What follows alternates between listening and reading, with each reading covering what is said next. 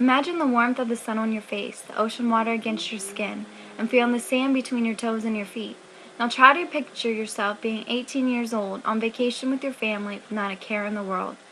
Now, without any warning or foreseeable prediction, a wave comes out of nowhere and physically picks you up and slams you headfirst into the ocean floor. The force of the impact is so strong that it breaks your neck, leaving you paralyzed for the rest of your life because there is no medical cure for paralysis. How it must feel to be 1 second perfectly able-bodied to the blink of an eye being confined to a wheelchair for the rest of your life. This sounds like a nightmare, but this is exactly what happened to a good friend of mine. I feel that embryonic stem cell research should be funded to help people like my good friend and others that are paralyzed or living with a terminal condition. Not only would the research help save lives, it would create a profound breaking point in medical history. There are many roadblocks in the way of ESC research, such as political high powers like George Bush, who was against the funding of research and the moral and ethical dilemmas involved. According to the National Institute of Health, there are 4.5 million Americans with Alzheimer's disease, between 1 and 1.5 million Americans that have Parkinson's disease.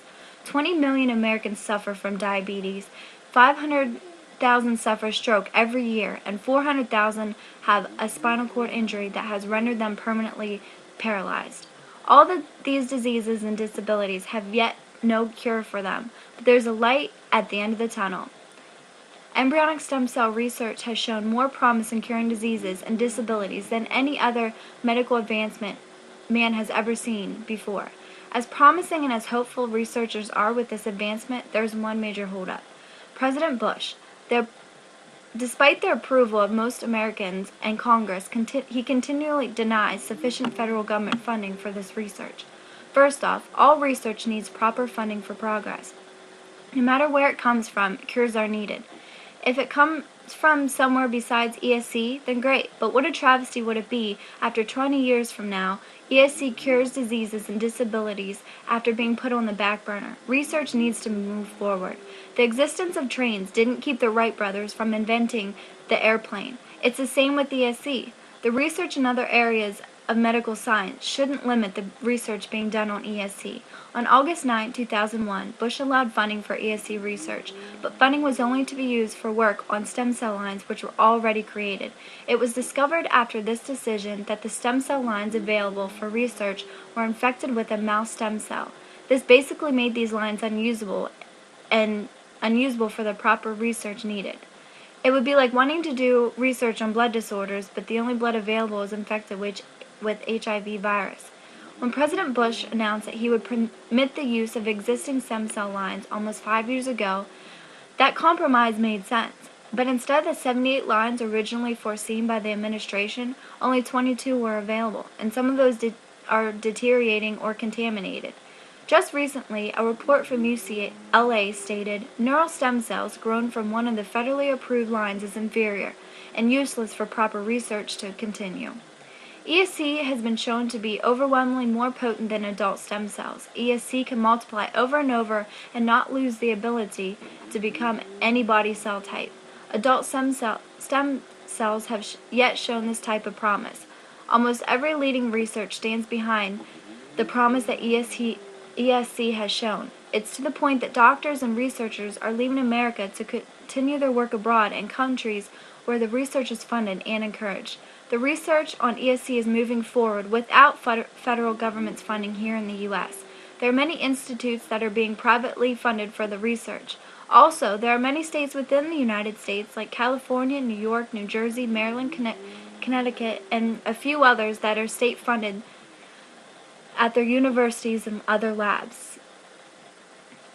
The big argument is that ESC comes from embryos. Yes, this is true, but did you know there are 400,000 in vitro fertilized embryos just sitting in freezers around the country? These are primarily left over from couples that have tried to have a child and either been successful or unsuccessful. And what happens to these embryos when they are no longer needed? Very simple. They are thrown in the trash. Now, why can't they be put to better use? If the couple donates the leftover embryos to research, if they're just thrown away, isn't this also killing a life according to Bush? Bush is a hypocrite by his argument of saving the embryos from research since they may become a life. According to President George Bush, the stem cell research bill, which Bush vetoed on July 12, 20th wouldn't support the taking of innocent human life in the hope of finding medical benefits for others. It crosses a moral boundary that our decent society needs to respect. Mike Pedagana wrote about ESC research in the Daily Collegian and responded to Bush's response for funding the research. Why is killing stem cells, which have no brain function or EEG pattern and nothing to live for, crossing a moral boundary?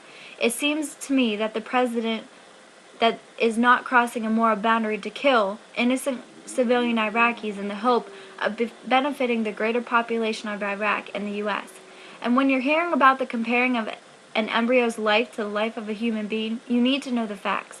What are embryonic stem cells?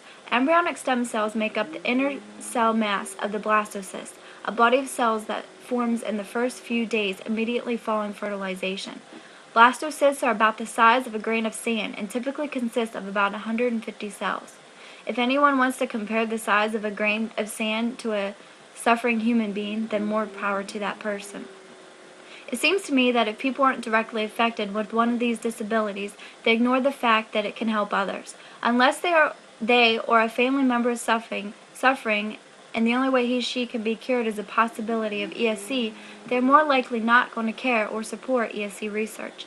Take, for instance, Ronald Reagan. His policies restricted research on fatal tissue. He developed Alzheimer's, and his family basically watched him fade away until death. Now, Nancy Reagan is a staunch supporter of ESC. I just don't see how we can turn our backs on this. We have lost so much time already. I just really can't bear to lose any more. She was quoted on BBC News. And for the church to stand against the research is also laughable. How long ago did they stand against organ transplants and in vitro fertilization? The church was also against inoculation of the smallpox virus in the late 1790s. Religion should stay out of the research field just as they should stay out of politics. For some people, all they have is hope, and by vetoing this funding, Bush has taken that from them. This isn't a red versus blue issue. It's about improving the lives of human beings and reducing the suffering that is worldwide. We certainly should continue to respect the people of different views and opinions, but we have a moral obligation to do all we can to seek cures to chronic and debilitating illness. We cannot let a minority opinion hold progress hostage on this issue. It is truly a matter of life and death.